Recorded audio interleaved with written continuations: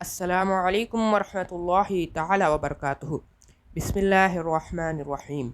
اللہم صلی علی سیدنا شفیعنا مولانا حبیبنا وبارک وسلم۔ قرآن شریف کی تلاوت زبانی بغیر دیکھے ہو سکتی ہے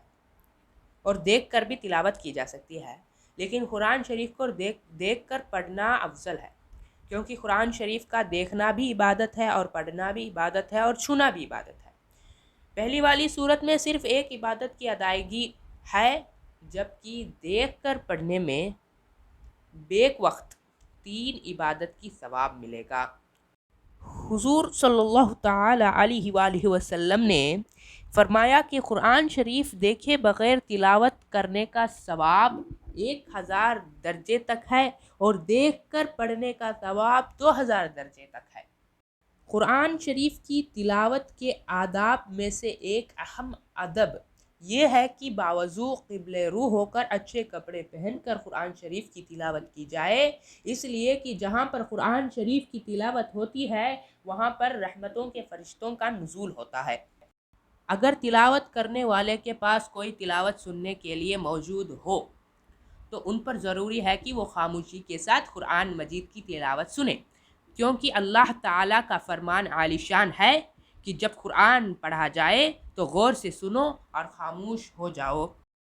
تلاوت شروع کرنے سے پہلے اعوذ باللہ من الشیطان الرجیم پڑھ لینا واجب ہے، اور اگر سورت کے شروع سے تلاوت کر رہا ہے تو بسم اللہ الرحمن الرحیم پڑھے کہ یہ سنت ہے، اور اگر سورت کے درمیان سے پڑھے تو اس وقت بھی بسم اللہ الرحمن الرحیم پڑھنا مستحب ہے۔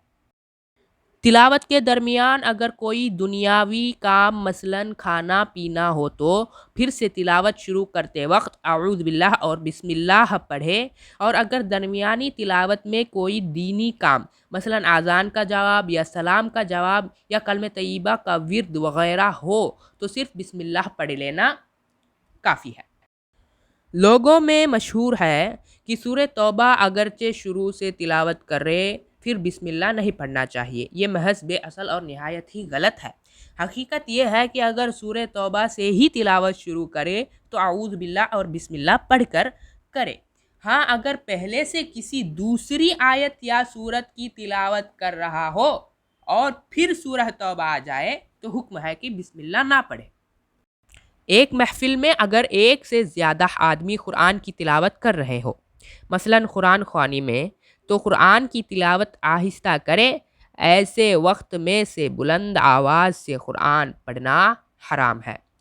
قرآن شریف دن میں یا رات میں کبھی بھی ختم کر سکتا ہے، مگر صبح میں یا شام میں ختم کرنا بہتر ہے، اس لیے کہ رسول اللہ صلی اللہ علیہ وسلم نے ارشاد فرمایا ہے کہ جس نے صبح میں قرآن شریف ختم کیا تو فرشتے ان کے لیے شام تک بخشش کی دعائیں کرتے ہیں، اور جس نے شام میں قرآن شریف ختم کیا تو فرشتے ان کے لیے صبح تک مغفرت کی دعائیں کرتے رہتے ہیں۔ اس بنا پر علماء کرام نے فرمایا ہے کہ گرمی کے موسم میں صبح میں قرآن شریف ختم کرنا بہتر ہے، اس لیے کہ اس موسم میں دن بڑا ہوتا ہے اور رات چھوٹی ہوتی ہے، تو فرشتوں کی مغفرت کی دعائیں دن میں زیادہ ہوں، اور جاڑی کے موسم میں شام میں قرآن شریف ختم کرنا بہتر ہے،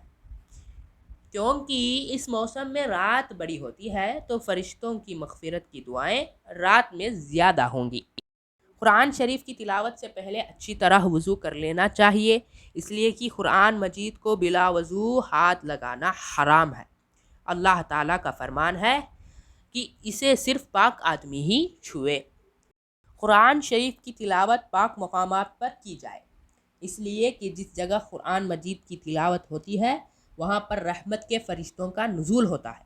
اور رحمت الہی سایہ فقی ہو جاتی ہے۔ رسول اکرم تاجدار مدینہ صلی اللہ تعالی علیہ وآلہ وسلم نے ارشاد فرمایا ہے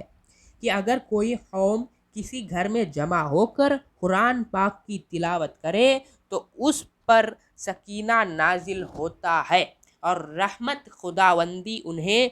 ڈھانپ لیا کرتی ہے، اور رحمت کے فرشتے انہیں گھیر لیتے ہیں، اور اللہ تبارک و تعالی ان کا ذکر فرشتوں کی مقدس محفل میں فرمایا کرتا ہے۔ قرآن مجید اللہ تبارک و تعالیٰ کا مقدس کلام ہے، جس کی تلاوت سے انسان بے شمار سعادتیں اور شرافتیں حاصل کر لیتا ہے۔ ہمیں قرآن شریف کی تلاوت خوش آوازی سے کرنی چاہیے، کیونکہ رسول اللہ صلی اللہ علیہ وآلہ وسلم نے ارشاد فرمایا ہے، اللہ تبارک و تعالیٰ کی توجہ جس قدر خوش آوازی کے ساتھ قرآن مجید پڑھنے والے پر ہوتی ہے، اس قدر توجہ اسے اور کسی کی طرف نہیں ہوتی۔ السلام علیکم ورحمۃ اللہ تعالی وبرکاتہ۔